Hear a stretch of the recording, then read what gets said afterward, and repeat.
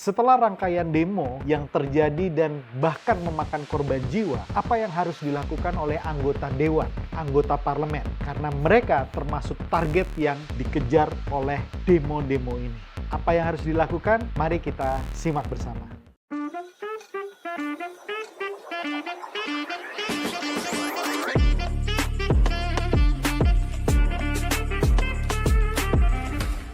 Hai Sobat Politician Academy, bertemu lagi dengan Bonggas Chandra, coach dari Politician Academy. Kali ini kita membahas mengenai tindak lanjut atau langkah apa yang harus dilakukan oleh anggota dewan. Kita tahu semua bahwa salah satu inisiatif yang membuat demo ini terjadi adalah kelakuan atau perilaku dari anggota dewan, anggota parlemen. Nah, sekarang saya akan membahas tentang apa yang harus dilakukan. Ada 4 hal yang harus dilakukan oleh anggota dewan menurut Politician Academy.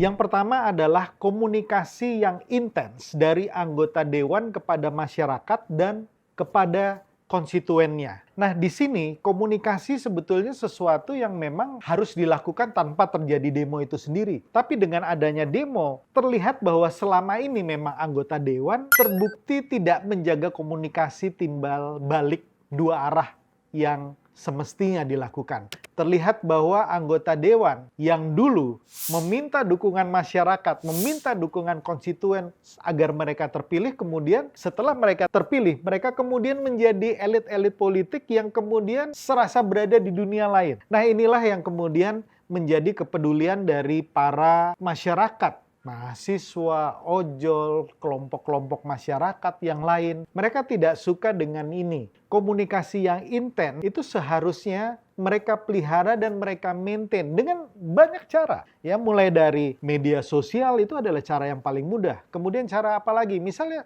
kunjungan-kunjungan kerja ke daerah, kundapil, di dalam reses. Mereka bisa melakukan proses komunikasi seperti ini. Mereka bisa sungguh-sungguh mendengarkan kepada masyarakat dan konstituen apa yang dibutuhkan masyarakat. Sehingga mereka betul-betul bisa memperjuangkan. Bukannya menutup jalur komunikasi, bahkan banyak juga terdengar, kita tahu, anggota dewan yang bahkan setelah terpilih tidak melakukan kunjungan kerja ke dapilnya masing-masing, tidak mengunjungi konstituennya. Partai politik sebagai institusi yang seharusnya melakukan monitoring, kemudian tidak melakukan apa-apa. Sekali lagi, poin pertama yang harus dilakukan adalah menjaga komunikasi yang intens dengan masyarakat dan konstituennya.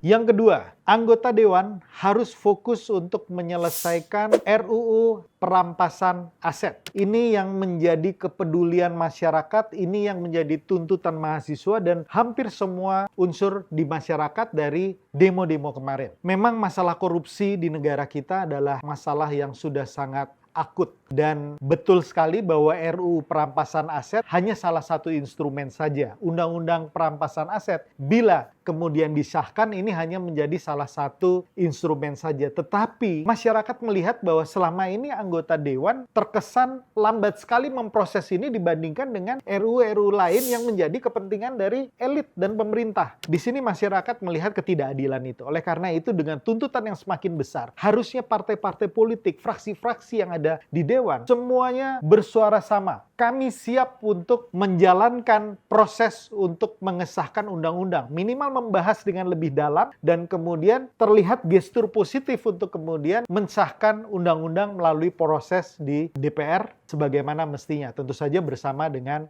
pemerintah. Bila ini dilakukan, maka saya kok yakin bahwa masyarakat melihat ini sebagai sebuah indikasi positif dan kemudian akan kembali kepercayaannya kepada anggota dewan. Kalau sekarang misalnya partai politik dan elit politik kemudian terus menunda masalah pembahasan RUU perampasan aset, maka dampaknya kembali tidak akan menjadi positif.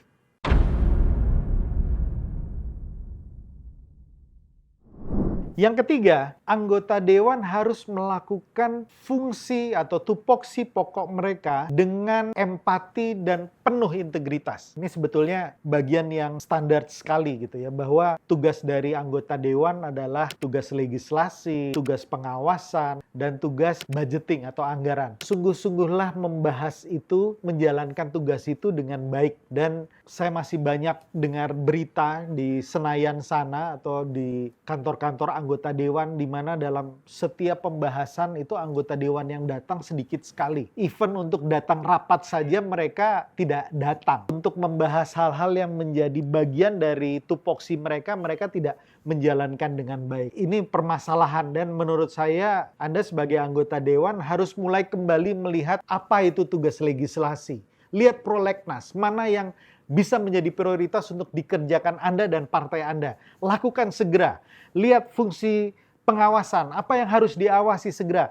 Lakukan. Lihat proses budgeting atau anggaran. Bagaimana anggaran itu disusun, kapan Anda harus masuk, kapan mengkritisi, dan lain sebagainya. Jalankan itu dengan baik dan penting sekali untuk menjalankan itu dengan penuh integritas dan penuh empati. Integritas artinya kita sudah tahu semua bahwa yang menjadi dasar bagi Anda mengambil tindakan dan kebijakan adalah pertimbangan dari rakyat dan masyarakat, bukan pertimbangan dari kepentingan-kepentingan ekonomi tertentu gitu ya. Itu yang ketiga.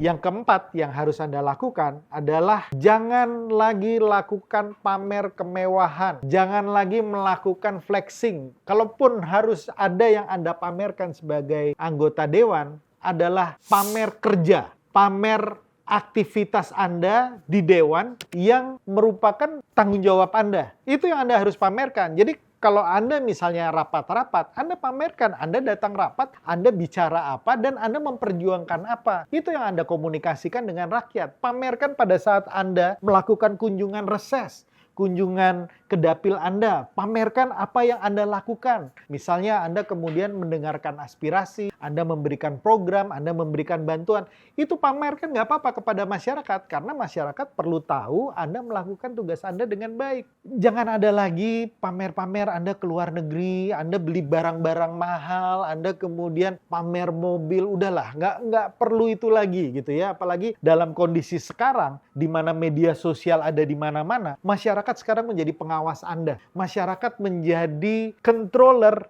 yang melihat fungsi Anda sebenarnya. Kita udah tahu semua bahwa sekarang LHKPN sudah dibuka ke publik. Masyarakat bisa melihat kekayaan Anda di sana bagaimana. Jadi di zaman seperti sekarang ini, kalau bisa hal-hal yang Anda mau tunjukkan berkaitan dengan unjuk diri, berkaitan dengan Anda pergi kemana, berdharma wisata kemana, Anda baru beli apa, itu nggak usah ditampilkan ke publik. Itu memuakan untuk publik. Ya, jadi hal-hal ini yang menurut Politician Academy, 4 hal yang Anda mesti lakukan sebagai anggota dewan, dan saya yakin kalau Anda tidak segera melakukan 4 poin ini, berikutnya demo yang lebih besar lagi akan menuntut tanggung jawab Anda. Demikian, semoga bermanfaat dan salam kebangsaan.